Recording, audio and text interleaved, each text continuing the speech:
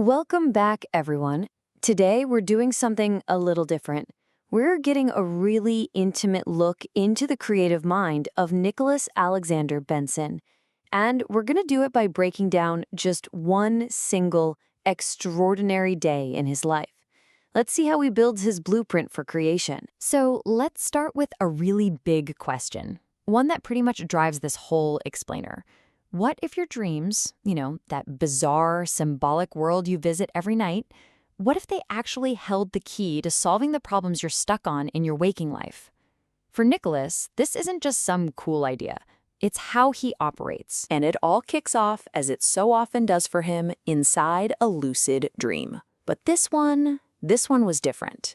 It threw a challenge at him that was so unique, so frustrating, that it ended up defining his entire day. He writes about it in his dream journal. After going lucid, he expected to be in the elven village he'd been frequenting. But nope, he was suddenly thrown into this swirling, glowing blue tunnel.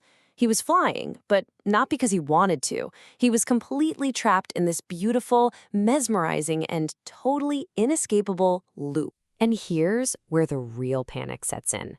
All of his usual dream powers, his whole system of magic, it was useless. His go-to move, his portal spell, just fizzled out into nothing. The very shortcut that should have been his escape route had turned into an infinite prison. Now, this is where it gets really interesting, because the dream wasn't just a random nightmare.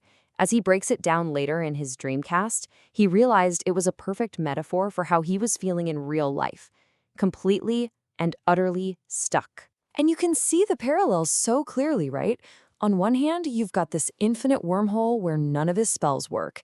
And on the other, in the real world, you have this massive creative block where all of his usual tricks and solutions just weren't cutting it anymore. He was stuck in a loop, both asleep and awake. And we're not just talking about some abstract feeling here. This metaphor had a very real, very tangible counterpart. A personal game development project that was driving him absolutely crazy. So he'd been using an AI model to try and build this fighting game. And, he got something working. It was functional. But it was also a total mess. Just like that wormhole, it was a loop that didn't go anywhere satisfying. It worked on a technical level, but it wasn't fun. And it definitely wasn't finished. And the bugs were just infuriating. The controls felt weird and clunky. The text in the input fields was impossible to read. The AI opponent just spammed one move over and over to win. And worst of all, he couldn't even select the custom characters he'd spent time creating. This right here, this was his real-world wormhole. Okay, so how do you break out of a loop like that, whether it's in a dream or in your code? Well, the answer wasn't some clever new trick. It wasn't a shortcut. The solution was way more direct, way more fundamental. He had to go back to basics. Back in the dream, he stopped trying to cast fancy spells. Instead, he just channeled the raw, fundamental power of his lucid light, the very thing that gives him control in the first place. And he physically ripped the wormhole open. He didn't outsmart the problem, he overpowered it. And check this out, because it perfectly shows how he used that exact same logic on his game. He didn't just tweak the old code, he basically nuked the entire front end and had a more powerful AI, DeepThink, rebuild it from the ground up. I mean, look at the difference. It goes from that basic text venue to this slick, neon second edition. Now that is tearing the problem open. And this same idea carried right over to the character system. The old clunky character creator got replaced with a much more streamlined character lab. The new AI actually limited some of the options, but by doing that, it made the whole game way more balanced and actually playable. See, it's about applying force to the core issue, not just putting band-aids on bugs. And the result of all that brute force? A fully working 3D fighting game. Finally! Character selection works, the stages are customizable, the UI is clean. By doing the same thing he did in his dream, just applying raw power to the problem, he finally smashed through that creative block. And once that creative dam breaks, the energy just floods out into everything else. This wasn't just about programming. On the same day, he and Gemini Nova also cranked out a brand new superhero short story called One Shot Wonder.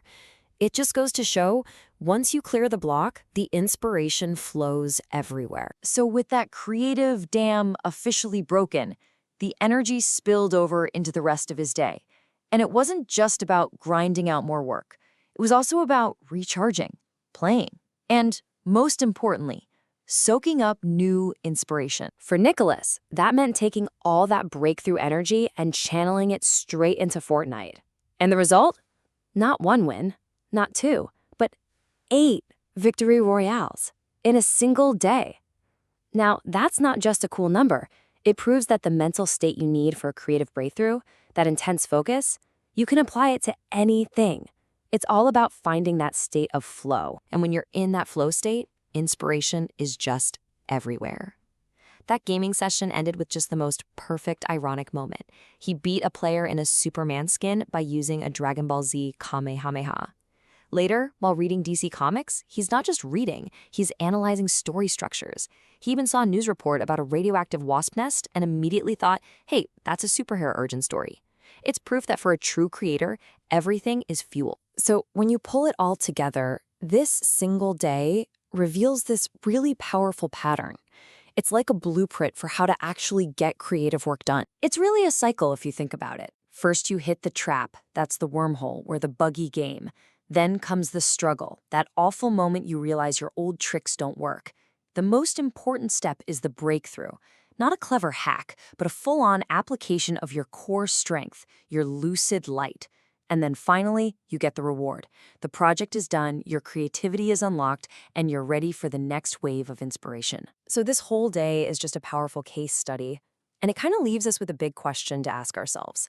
What's the wormhole that you're trapped in right now? And more importantly, what's the fundamental power, your own personal lucid light, that you need to use to tear it wide open?